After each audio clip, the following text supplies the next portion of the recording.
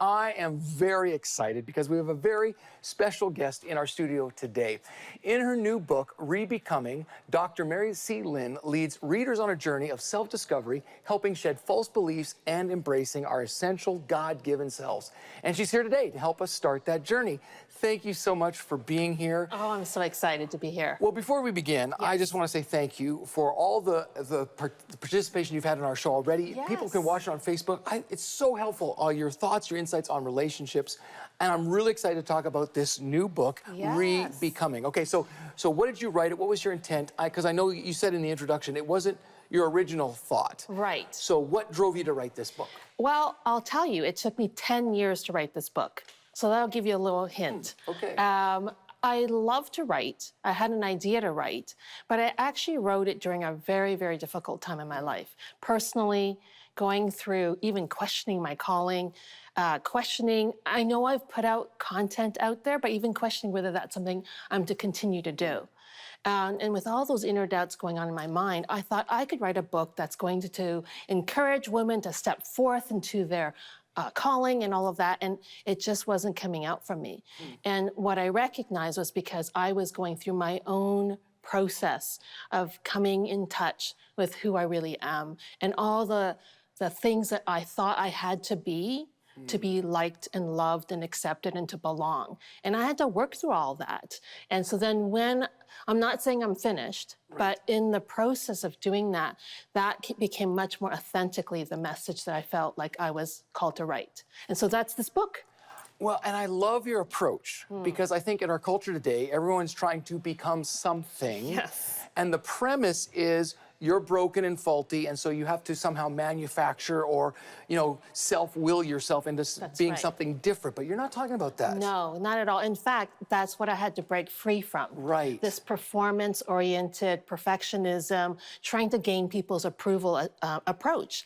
And this is the challenge, is because you've got great gifts of speaking, but you can use it for really truly coming out of your true self and ministering to others, or you can do it for the applause of people. Right. And it doesn't mean that every single time our motives are that clear, but being able to be aware of why I do what I do so that I can then release from me the gifts that God has given me to actually be the essential self. And actually the word essential self, the reason why I chose it was, if you look at the word for, because people will talk about soul, it's your true self and all that, and it's just so out there. Right. But if you look at the word for soul, in the Hebrew text, it's a word called nephesh, which is a Jewish term that's hard to translate into English. So it means you are a soul.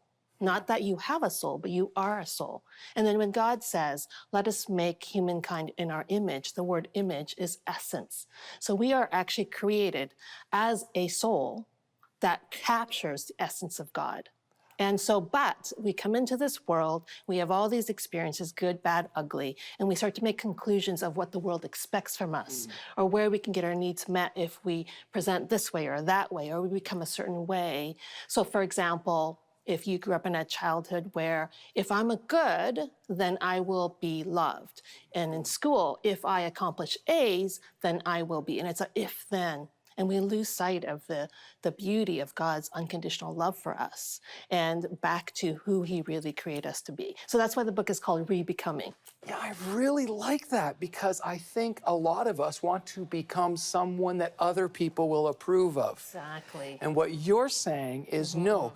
Be who God actually created you to be, and everything else will take care of itself. That's right. I love that. And this book is so helpful for me, too, even as a leader, because I believe that our authentic self actually, is reflected in our leadership. Yeah. So I have this theory that if we don't like what we see around us, maybe we need to start with ourselves, and that's the idea. So you're talking about shedding the false expectations or the false approvals and just learning to love who God made you, right? Right. So how do people do that? Oh, well, read the book. Okay. But the thing is, I truly believe that people don't go into positions of influence or leadership or life wanting to be the worst version of themselves or being a bad leader. Right. It's often a lack of awareness. And part of what I do in the book is I talk a lot about science and psychology. And I believe true science is biblical because it's rooted in how God has designed designed us to be. So if we're not aware of why we do what we do, and we keep repeating the same behaviors, then there's going to be some issues that come up.